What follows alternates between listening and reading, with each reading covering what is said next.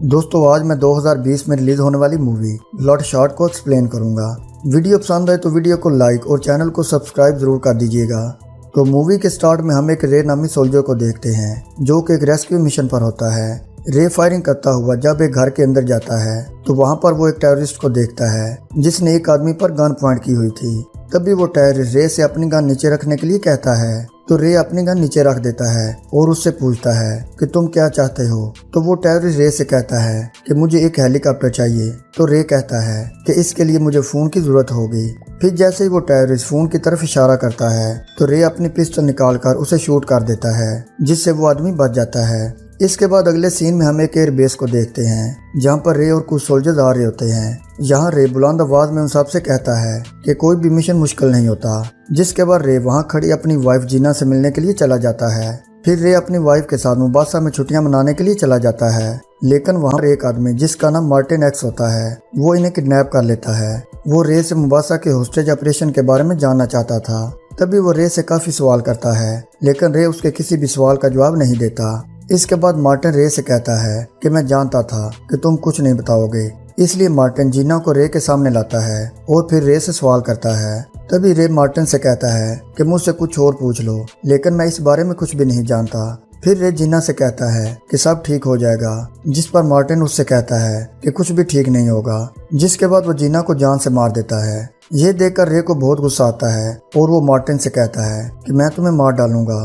फिर मार्टिन रे को भी शूट कर देता है। इसके बाद अगले सीन में हम रे को एक ऐसी जगह पर देखते हैं जहां रे के जिस्म के साथ कुछ पाइप्स अटैच होते हैं। फिर जैसे वो उन पाइप्स को अपने जिस्म से उतारता है तो वो नीचे जमीन पर गिर जाता है।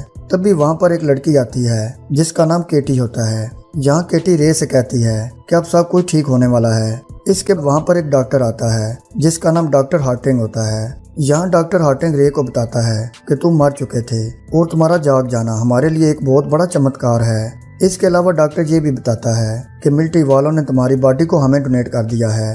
और डॉक्टर हार्टिंग ने रे की बॉडी को इसलिए लिया था ताकि वो इसे एक सुपर पावर के तौर पर यूज कर सके। इसके अलावा वो इसे अपनी ऑर्गेनाइजेशन के लिए भी एज ए वेपन यूज करना चाहता था। फिर डॉक्टर हार्टिंग रे से कहता है कि तुम एक ऐसे इंसान हो जिसे एक दूसरा मौका मिला है और हमने बहुत ही मुश्किल से तुम्हें बचाया है। इसके बाद डॉक्टर हार्टिंग रे को बताता है कि हमारे पास एक्सपर्ट्स हैं जो सोल्जर्स को काफी मजबूत और तेज बनाते हैं। इसके बाद डॉक्टर रे के हाथ पर एक चाकू से कट लगा देता है और रे देखता है कि वो अपने आप ही ठीक हो जाता है। तभी रे उससे पूछता है कि ये सब क्या है। तो डॉक्टर हार्टिंग कहता है कि ये बायोमैकेनिकल कंस्ट्रक्ट्स हैं। इसके अलावा वो ये भी बताता है कि अगर किसी ने तुम्हारे ऊपर जानलेवा अटैक किया तो तुम काफी तेजी से रिकवर हो सकते हो। तभी रे पूछता है क्या ये मेरे ब्लड में है। तो केटी कहती है कि यही तुम्हारा ब्लड है। और वो रे से ये भी कहती है कि अब तुम अपनी सारी यादें और खुद को पूरी तरह भूल चुके हो क्या और तुम कौन हो, क्योंकि तुम्हें पूरी तरह क्लासिफाइड कर दिया गया है। मतलब कि अब तुम्हारे ऊपर हमारा हक है और तुम्हें सिर्फ वही जानने की जरूरत है जो हम चाहते हैं। फिर डॉक्टर हार्टिंग कहता है कि वो तुम्हारा माजी था और अब ये तुम्हारा फ्यूचर है। इसके बाद डॉक्टर हार्टिंग रे को अपने बारे में बताने लगता है कि मैं एक टेनिस प्लेयर था और मैं उसमें चैंपियन था। फिर 15 साल की उम्र में मुझे कैंसर हो गया जिस वजह से मेरा आधा हाथ काट दिया गया।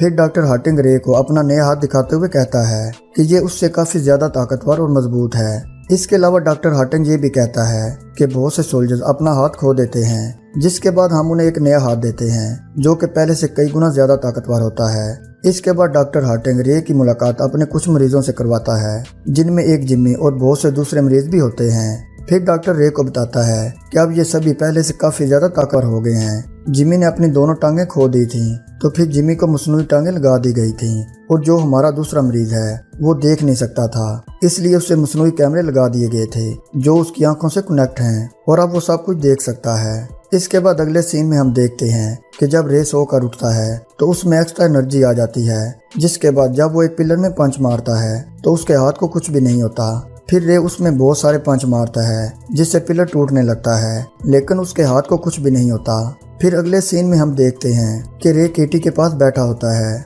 यहाँ केटी उससे कहती है कि यहाँ पर सभी घायल हैं और मैं भी इन सब का एक हिस्सा हूँ। फिर कुछ देर बाद केटी रे को ड्रिंक पिलाती है और जैसे वो ड्रिंक पीता है उसे सब कुछ याद आने लगता है।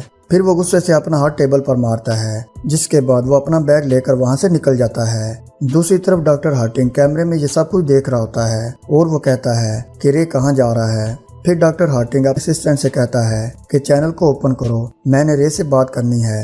तब भी डॉक्टर हार्टिंग रे से बात करता है और पूछता है कि तुम कहाँ जा रहे हो। इस पर रे डॉक्टर से पूछता है कि तुम मुझसे बात कैसे कर रहे हो। तो डॉक्टर कहता है कि तुम्हारे दिमाग में करोड़ों वायरलेस प्रोसेस चल रहे हैं और ये वायर्स तुम्हारे दिमाग से कनेक्टेड हैं। इसके बाद डॉक्टर हार्टिंग रे से कहता है कि तुम जल्दी से वापस यहाँ पर आ जाओ, क्योंकि अब तुम हमारी ऑर्गेनाइजेशन का हिस्सा हो, इसलिए तुम कहीं नहीं जा सकते और तुम यहाँ से बाहर सभी के लिए अनजान हो।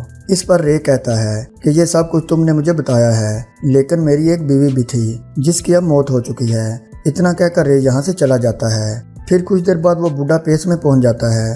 तभी यहाँ हम मार्टिन एक्स नाम के आदमी को देखते हैं जिसने रे की वाइफ को मारा था। मार्टिन एक्स को गाड़ियों में कहीं पर लेकर जाया जा रहा था। तभी जैसे ही वो एक टनल से गुजरते हैं तो वहाँ की लाइट्स बंद होने लगती हैं, जिससे मार्टिन डरने लगता है। तभी अचानक सामने से एक ट्रक आता है और उनमें से एक गाड़ी से टकरा जाता है। फिर मार्टिन गाड़ी में बैठे दो लोगों से कहता है कि मुझे यहाँ से बाहर जाने दो, लेकिन तभी वहाँ पर रे आ जाता है और उसी गाड़ी पर गोलियां चलाने लगता है जिसमें मार्टिन एक्स बैठा होता है। फिर वो लोग रे पर गोलियां चलाने लगते हैं, लेकिन रे को उससे कुछ भी नहीं होता, क्योंकि अब रे एक सुपर हीरो बन चुका था। अब वहाँ पर रे का जितना भी ब्लड गिरता है वो वापस रे की बॉडी से कनेक्ट हो जाता है। दूसरी तरफ बाकी लोग भी रे पर गोलियां चलाने लगते हैं, लेकिन इससे भी रे को कुछ नहीं होता और वो सबको मार देता है। इसके बाद रे मार्टिन की गाड़ी की तरफ जाता है और उसे भी जान से मार देता है। अब इस तरह वो अपनी वाइफ का बदला ले लेता है। फिर अगले सीन में हम एक रनवे को देखते हैं जहाँ पर अब रे पहुँच चुका था। वहाँ पर केटी और जिमी उसका वेट कर रहे होते हैं। यहाँ पर रे केटी को बताता है कि जिस आदमी ने मेरी वाइफ को कत्ल किया था मैंने उसे मार दिया है। इसके बाद वो रे को लेकर रीप्रोग्रामिंग के लिए RST यानी राइजिंग स्पिरिट टेक्नोलॉजी लेकर जा रहे होते हैं, जो कि डॉक्टर हार्टिंग की कंपनी थी। फिर लैब में रे के ऊपर काम किया जाता है और उसकी मैप भी खत्म करने की कोशिश की जाती है। यहाँ पर डॉक्टर हार्टिंग रे के दिमाग में उसकी वाइफ की मौत के बारे में गलत इन्फॉर्मेशन डाल रहा था।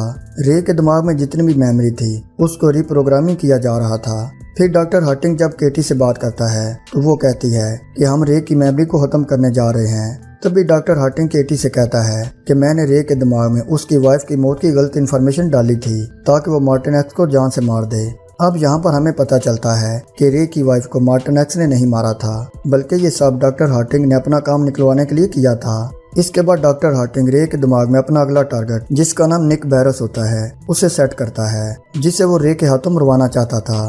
तभी केटी कहती है कि रे एक सोल्जर है, तो डॉक्टर हार्टिंग कहता है कि वो एक डेड सोल्जर है। अब रे की वाइफ को जिस आदमी ने मारा था उसकी जगह निक बैरस को सेट कर दिया जाता है, मतलब कि अब रे की वाइफ का कातिल निक बैरस बन गया था। फिर अगले सीन में हम देखते हैं कि डॉक्टर मार्टिन दोबारा वही एक्टिंग करता है जो कि उसने मार्टिन एक्स की उससे पहले की थी, जैसे कि रे तुम कहाँ जा रहे हो, अब तुम कहाँ हो और क्या करने वाले हो। जिस पर रे कहता है कि मैं निक बैरस के पास जा रहा हूँ। जिसके बाद वो एक प्राइवेट प्लेन के जरिए उस जगह पर पहुंच जाता है जहाँ पर निक बैरस होता है। दूसरी तरफ हम देखते हैं कि निक बैरस अपने ऑफिस में काम कर रहा होता है। तभी उसका प्रोग्रामर, जिसका नाम विगन्स होता है, वो वहाँ पर एक सूटकेस लेकर आता है जिसमें एक बम होता है। दूसरी तरफ डॉक्टर हार्टिंग कैमरे में ये सब कुछ देख रहा होता है।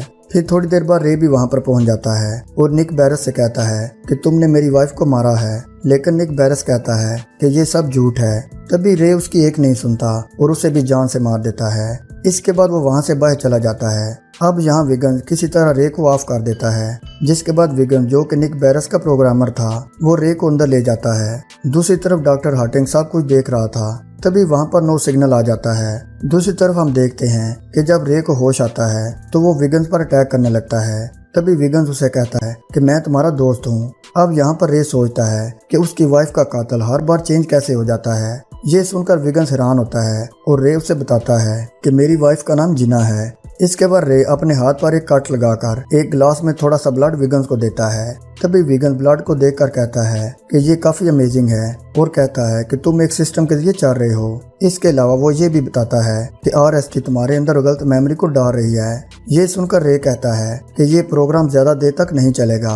अब यहाँ पर रे ने ये भी पता लगा लिया था कि उसकी वाइफ अभी जिंदा है। फिर हम अगले सीन में देखते हैं कि रे अपनी वाइफ को तलाश करने के लिए निकलता है। फिर जब वो उसे ढूंढ लेता है तो वो अपनी वाइफ से कहता है कि चलो अब यहाँ से चलने का वक्त आ गया है। तो जीना कहती है कि ये तुम क्या कह रहे हो, हमारे दरमियान सब कुछ कई साल पहले ही खत्म हो गया था और अब मेरी एक फैमिली भी है। फिर रे जीना से पूछता है कि हम आखिरी दफा कब मिले थे। तो जीना कहती है कि 5 साल पहले।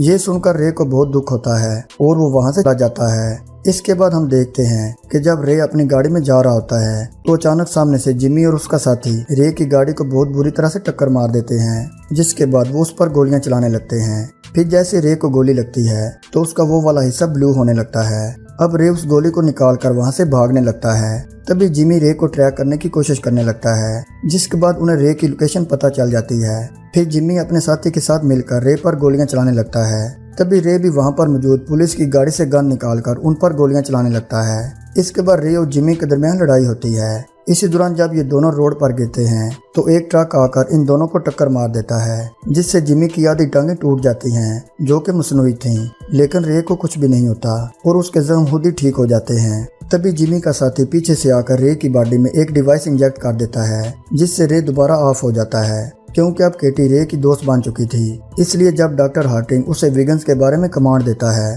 तो वो उसे मारने से इनकार कर देती है, जिस पर डॉक्टर हार्टिंग उसके ब्रीथिंग सिस्टम को रोक देता है, जिससे केटी की सांसें रुकने लगती हैं और ना चाहते हुए भी उसे डॉक्टर हार्टिंग की बात माननी पड़ती है। इसके बाद केटी विगन्स को ढूंढने के लिए निकल जाती है। फिर अगले सीन में हम केटी को उस जगह पर देखते हैं जहाँ पर विगन्स होता है। यहाँ पर केटी विगन्स से सिगरेट के लिए लाइटर मांगती है। इसके बाद जैसे ही उस सिगरेट का धुआं विगन्स के अंदर पहुंचता है तो विगन्स बेहोश होकर नीचे गिर जाता है, जिसके बाद वो विगन्स के साथियों से फाइट करके उन्हें मार देती है। दूसरी तरफ हम देखते हैं कि रे को जब होश आता है तो वो खुद को डॉक्टर हार्टिंग के पास पाता है और कहता है कि तुमने अपने काम के लिए मुझे यूज किया और मेरी वाइफ के कत्ल का ड्रामा किया ताकि तुम मुझे अपने इशारों पर चला सको।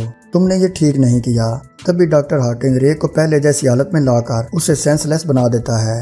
अब एक तरफ डॉक्टर हार्टिंग का आदमी अपनी प्रोग्रामिंग कर रहा था, जबकि दूसरी तरफ विगन्स अपनी प्रोग्रामिंग चला देता है। अब केटी रे को बचाने और उसकी हेल्प करने की कोशिश करती है। फिर जब डॉक्टर हार्टिंग को केटी की इस प्लानिंग बारे में पता चलता है तो वो दोबारा उसके ब्रीथिंग सिस्टम को रोकने की कोशिश करता है, लेकिन इस बार वो ऐसा नहीं कर पाता और एक्सेस डिनाइड हो जाता है। अब एक तरफ जिमी रे से लड़ने के लिए फुल रेडी हो गया था, जबकि दूसरी तरफ विगन्स रे को कंट्रोल करता है। तभी रे कहता है कि अब मैं अपना काम करने के लिए जा रहा हूँ, जिसके बाद रे उस जगह पर पहुंच जाता है जहाँ पर जिमी होता है। इसके बाद ये दोनों लड़ने लगते हैं। इसी दौरान वहाँ पर जिमी का साथी भी आ जाता है, जिसके बाद वो दोनों मिलकर रे से लड़ने लगते हैं। लेकिन रे उन दोनों से ज्यादा ताकतवर था, इसलिए वो उन दोनों को बहुत मारता है। तभी इसी दौरान जिमी का साथी मारा जाता है, जिसके बाद रे जिमी के दोनों हाथों को तोड़ देता है और फिर आखिरकार रे जिमी को भी मार देता है। दूसरी तरफ हम देखते हैं कि डॉक्टर हार्टिंग भागने की कोशिश कर रहा था, लेकिन तभी रे जिमी के टूटे हुए हाथ को उसकी गाड़ी की तरफ फेंक कर मारता है, जिससे उसकी गाड़ी वहीं पर रुक जाती है। फिर रे डॉक्टर हार्टिंग की तरफ बढ़ने लगता है। तभी यहाँ पर डॉक्टर हार्टिंग रे को बताता है कि मैंने तुम्हें रीबिल्ड किया था और अगर तुम मुझे मार दोगे तो तुम भी ज्यादा तक जिंदा नहीं रह पाओगे। अब रे डॉक्टर हार्टिंग की किसी भी बात पर ध्यान नहीं देता और बहुत गुस्से में उसकी तरफ बढ़ने लगता है। तभी डॉक्टर हार्टिंग अपना वेपन निकालकर उस पर गोली चला देता है, जिससे रे काफी डैमेज हो जाता है, लेकिन वो रिकवर हो जाता है। तभी डॉक्टर हार्टिंग दूसरी गोली चलाता है, लेकिन रे उसे अपने हाथ से रोक लेता है, जिसके बाद रे डॉक्टर हार्टिंग के पास आकर उस बम को नीचे फेंक देता है, जिससे वहाँ पर एक बहुत बड़ा ब्लास्ट होता है और आखिरकार डॉक्टर हार्टिंग भी मारा जाता है। फिर अगले सीन में हम देखते हैं कि जब रे की आंख खुलती है तो वो पूछता है कि मैं कहाँ पर हूँ। तभी विगन्स उससे कहता है कि तुम यहीं पर हो। फिर रे विगन्स का शुक्रिया अदा करता है और बाहर केटी से मिलने के लिए चला जाता है और फिर यहीं पर इस मूवी का एंड हो जाता है। तो दोस्तों, कैसी लगी आपको आज की वीडियो? कमेंट करके अपनी राय का इजहार लाजमी कीजिएगा। मिलते हैं जल्दी एक और मूवी के साथ। अपना ख्याल रखिएगा।